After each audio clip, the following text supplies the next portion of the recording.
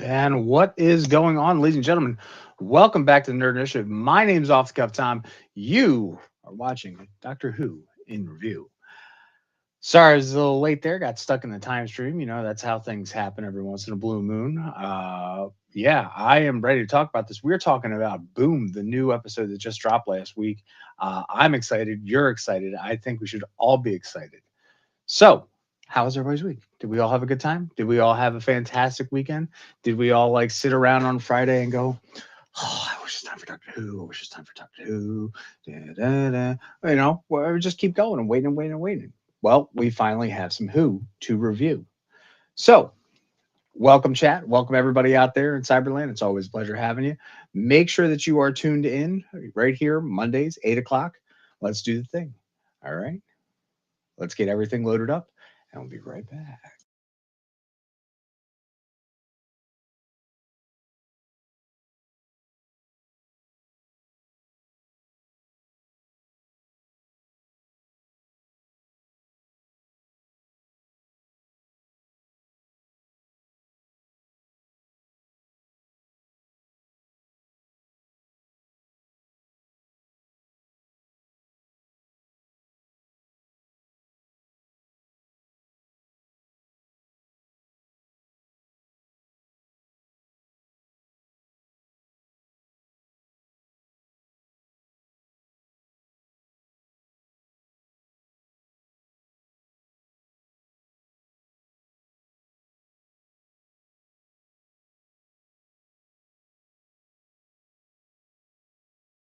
We got going on here these warriors, and I gotta say, it's a little odd having this setup like that. I'm trying a different setup this week. Uh, Seeing, priest warriors, it's a lot to take in. I was really interested. What really got me thinking was that particular episode where Amy became a weeping angel, where she had the tears in her eye, and she couldn't open her eyes, or else she would keep turning into a weeping angel herself. So I thought that was a very neat idea. And on top of it, what real well, who do we have here? It's me. Hi. Thank you, Mickey. Um, by the way, shout out real quick to Mickey, Cell Phone Wallet Keys. He has made a phenomenal intro. Um, but apparently we got to take it down a notch because it's a little too much, like by 16 megs. Because this thing only does 150, and so thank you, Mickey. It is fantastic. Next week, I guess, since I'm running solo, I just get to do the cold open. So next week we get to share it with everybody else when I have my first companion on for the episodes. So then that's how it is. Just my luck. Anyway, so we get started and we see these warriors going across a field, and they're the priests, and it really reminded me of the one episode. Yeah, it was, honest to goodness. I was uploading it and I'm like, 16 meg short, too big. I'm like, oh my god. Sorry, Chad. I can see everything over here. You guys can't, but I just think that was it's a little too metal just for Nerd Initiative. No, it's not, but you'll see shortly. So, warrior priests. I'm thinking Bob. If we remember Bob, you know, the Weeping Angel. I thought it was these guys, which I think would have been a really great idea if they would have come around to. Um, I thought it'd be a fantastic callback, but nevertheless, it wasn't, and that's okay.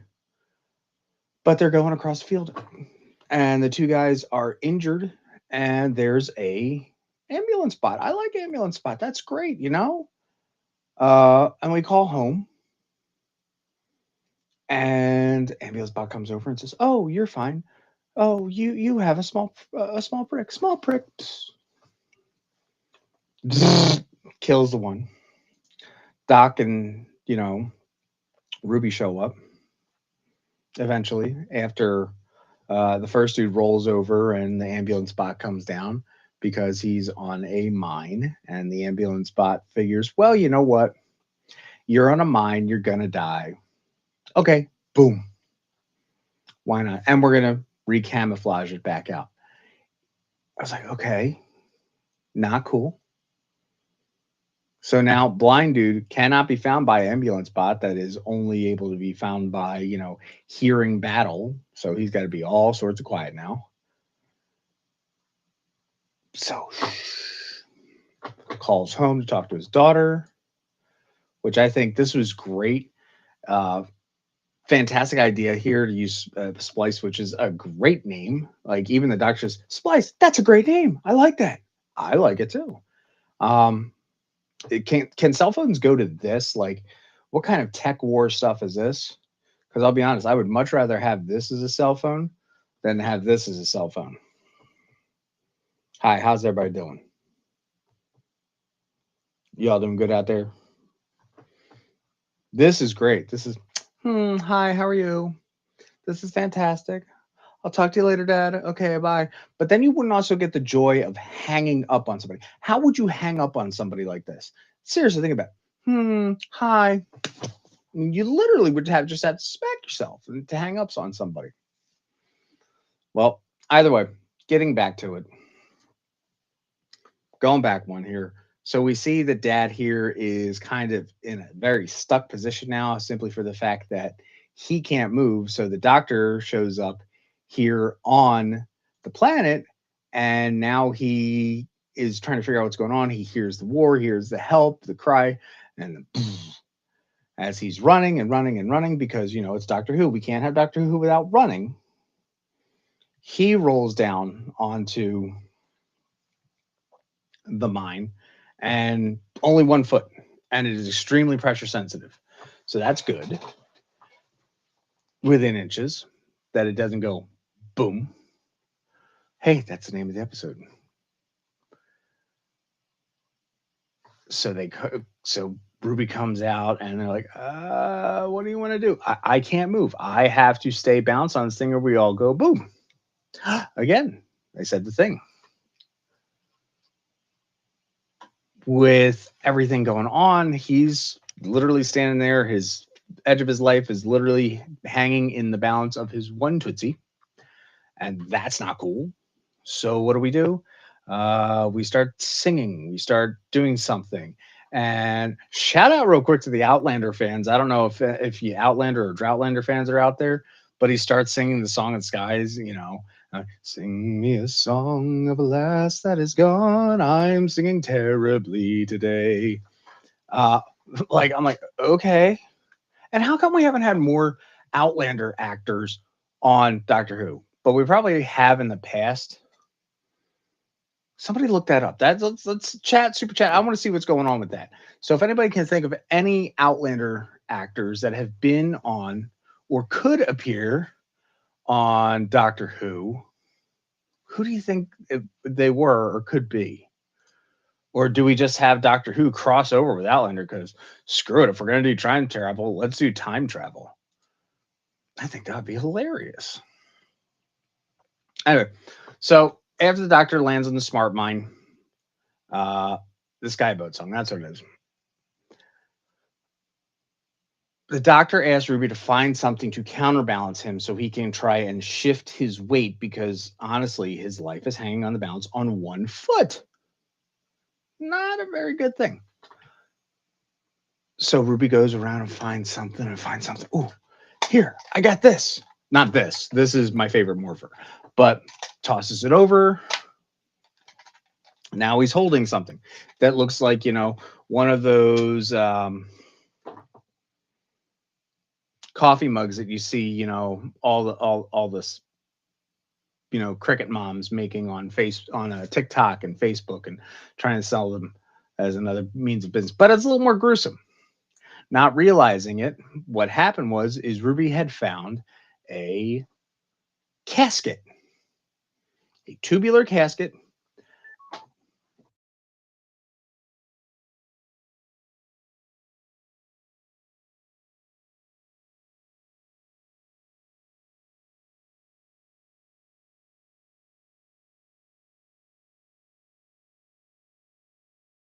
That was peculiar. This is why we do it live. Um, check. 1 2 1 2. Can we hear me? Okay, we're gonna say we can. Yep, I'm on. Weird. Yay, internet, new computer. Anyhow, so we're doing the thing, and thank you. I appreciate it, Ken, because why not?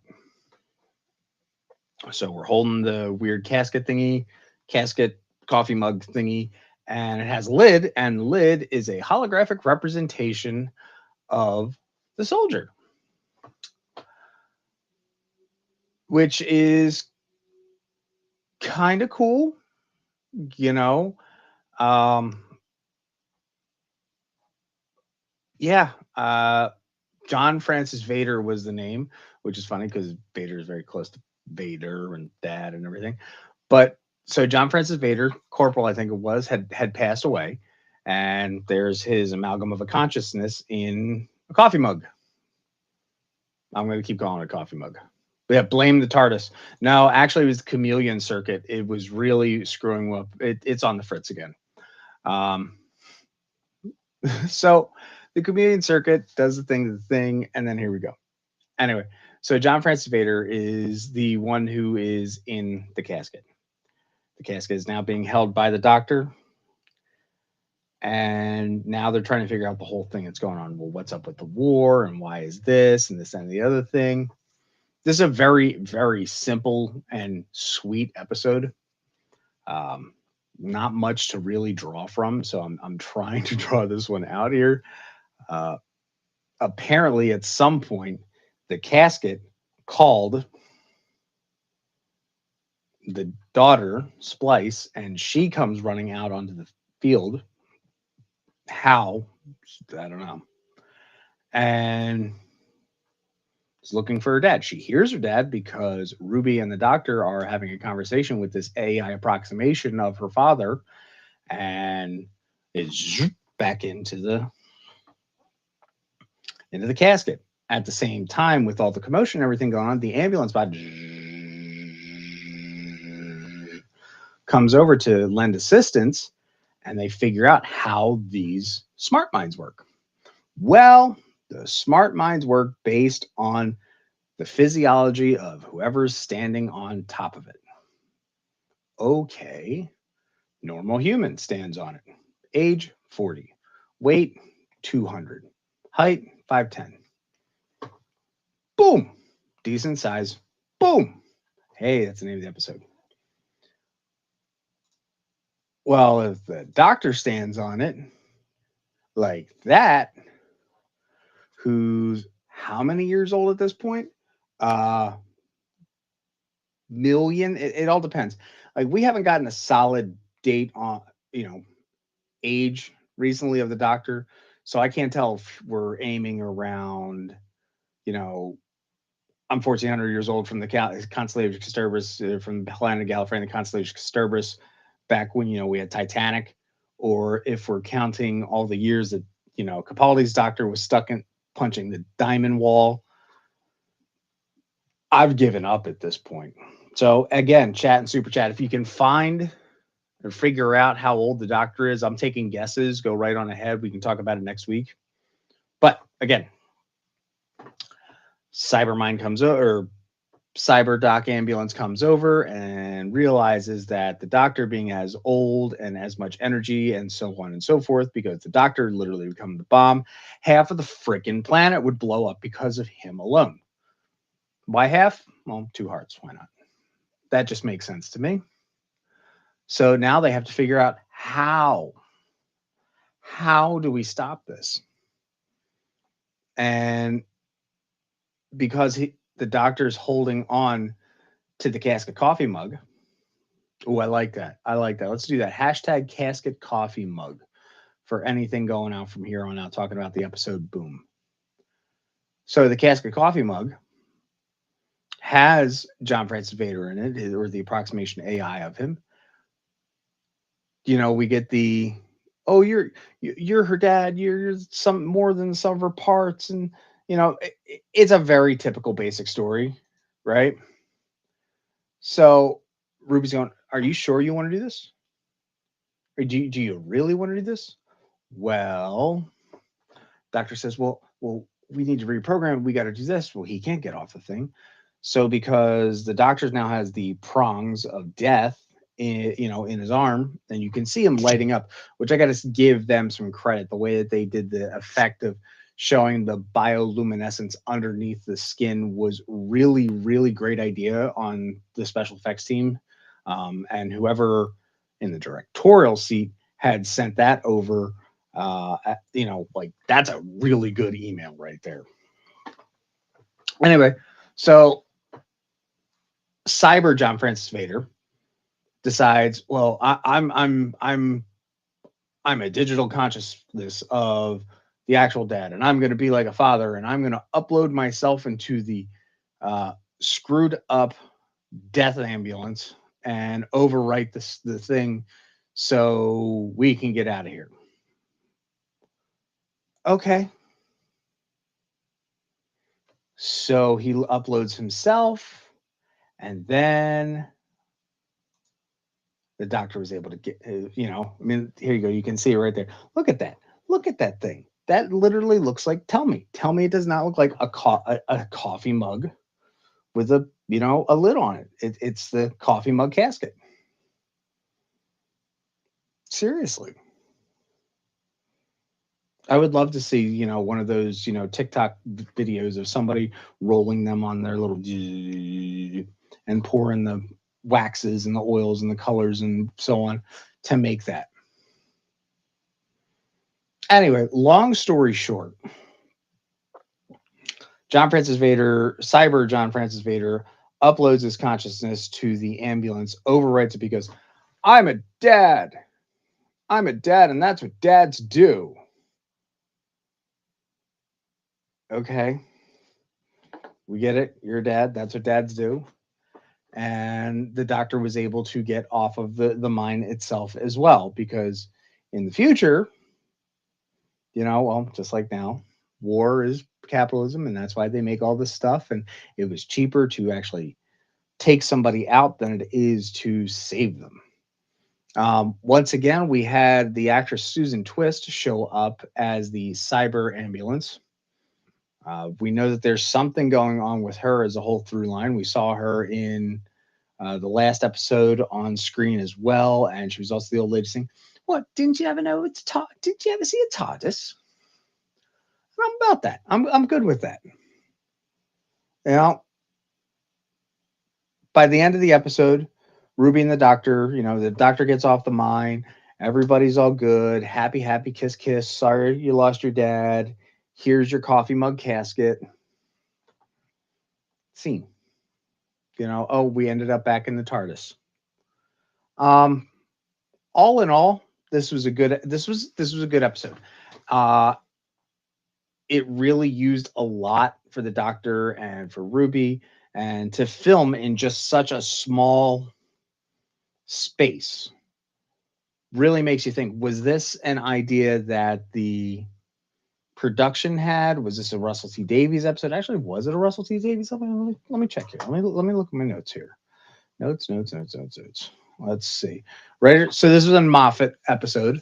So yeah, I mean, I could see him coming up with the idea of doing, hey, let's do a whole episode in a bowl. Like, let's take a pool, and this is just where we're going to film it. And 99% of the episodes right in there. To the credit, it filmed okay. It looked pretty darn good. More so credit to the team, everybody on screen, because that was it. You were just there. There was nothing else to work off of. You had to be in the moment. You had to be a good actor. You had to play off of everybody else who was in the scene with you. And you can't go wrong with that. That's where good acting shows. You don't need to have a show that has, oh, we've got this and that and the other thing, and big explosions and vast landscapes and so on and so forth. No, give me a pool, give me some gravel, give me a Roomba with lights on the outside of it, and a coffee mug canister.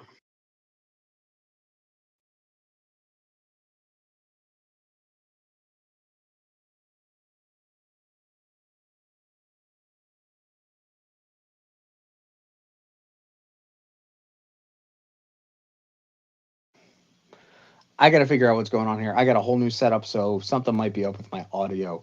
Um, Give me 2 seconds because, it's television. We're going to go switch it over here.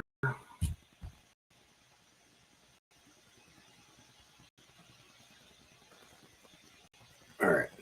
That might be better. Okay, that might be better. Sound went out again. Sorry about that, Ken. All right. This should be a better connection now. Again, new setup, working on it. Yay, internet. Yay, live. So the Doctor and Ruby get back to the TARDIS, and the door's shut. See this great big planet. War sucks. And you can't go wrong. And Ken is reminding me to do the homework right now. Wherever you're watching, make sure you're subscribed to the Nerd Initiative on YouTube. But let's finish talking about this episode. It is a fantastic opportunity again for everybody to play off of everyone else, because that's all you had. You had the scene. That was it. You were only there to be there. It shows as a testament to the actors. It shows as a testament to the direction of what they wanted to do. I mean, yes, there was a little bit of, we've got this special effect and that special effect. And look, we've pretty much built a little tiny robot ambulance thing, with a little blue light on top of it, reminiscent of the TARDIS, but it wasn't the TARDIS. It wasn't bad. It wasn't bad. Could it have been better? I don't know. How could we have made Boom better? I'm not sure. In the overall of Doctor Who, did we really get anything out of this episode that's going to be completely life-changing? I don't think so. Did we get any callbacks to other Doctors? I think the whole running towards danger is definitely more of a David Tennant thing. So cheers to Ncuti on that. But again, that could just be writing, and that's how he wants to be. The whole musical aspect that Ncuti's been bringing, that he's always singing in the jukebox and everything, is definitely a great little addition. Hey, yo, Vigilante Vibes. How we doing this evening, guys?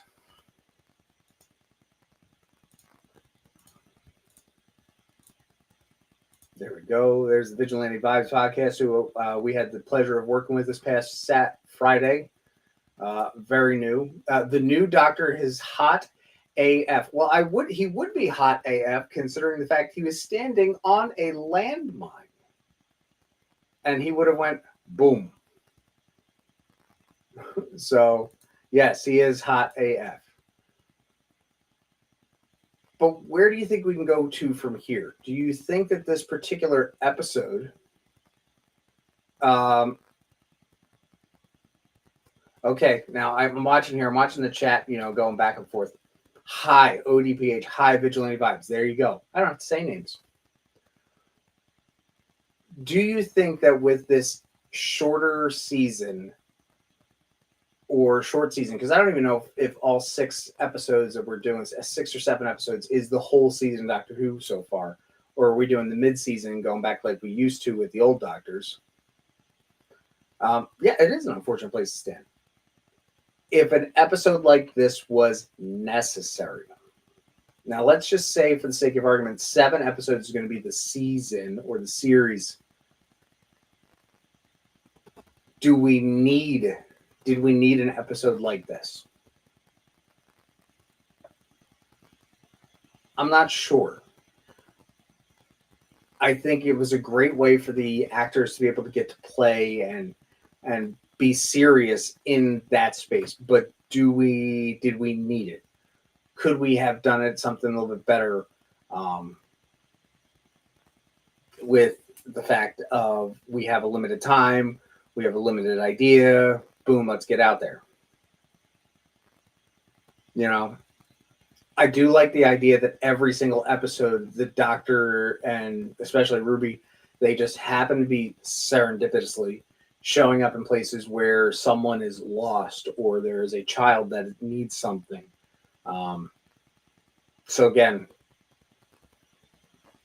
that goes back to my theory, thinking that Ruby is a child of the Pantheon and she is the next incarnation or the next step or the lost child. And that's why all these stories are going towards someone who is lost or someone that needs to find someone.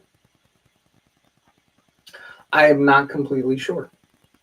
But is it something is this something we could have been something different? I agree with you. I'm just them showing up to someone who needs help.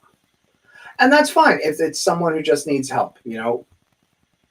Megan, not Max, brings us up. I think that what's going to happen eventually is, again, my theory, I think, is one of the better ones that I've seen. I mean, because they're going to talk about the actress. Looking at my notes, Susan Twist, who played the ambulance.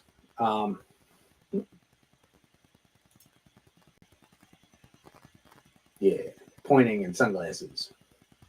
Susan Twist. That's going to come out into something. And I know there's a lot of other channels out there and other TikToks and so on and so forth that is getting way ahead. I'm sorry. One thing you're going to learn with me is I am always down for talking theories and ideas. But the one thing I will not do is I will never, ever get ahead of myself. I will never look up spoilers for the next episode. I will never look up who's who in what episode.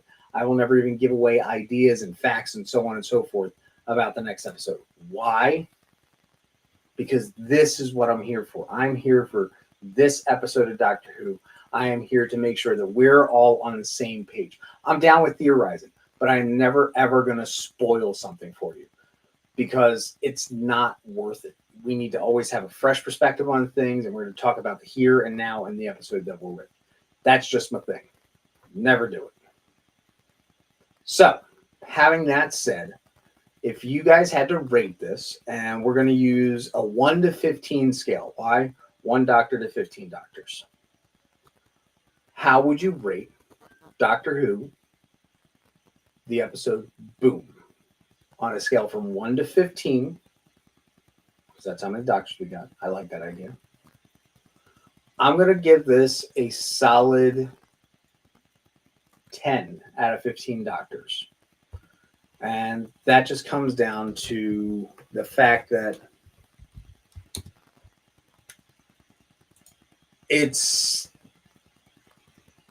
good in the fact that the actors got the chance to play and act in a very small and confined space. It's almost like black box theater, only it's a bowl. But again, did we need the episode? That's just my thoughts. Having that said, all right, Megan gives it 11 out of 15. Okay. I think that it could have been better. I think that it's not that it could have been better. It was great for what it was. I think that it's more of the idea of, did we need it? That's what I'm asking. What purpose did it serve in the overall narrative? Don't get me wrong. We grew up in the generation of villain of the week and problem of the week, saying your Star Treks, your Rangers, your whatever. But with Doctor Who being such either a limited series or Kenneth the ODPH, obviously, it gives it a 10 out of 15 doctors. And again, Megan, I'm glad that Megan, feels like it's kind of felt like extra content, but it's still, I'm not saying it wasn't enjoyable. I think it was fun. I mean, you give me the Skyboat song any day. I'm down for it. I really want to see if there's a list of Outlander actors that have been on Doctor Who now.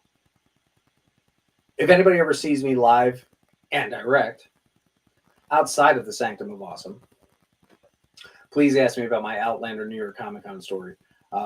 It's hilariously sad.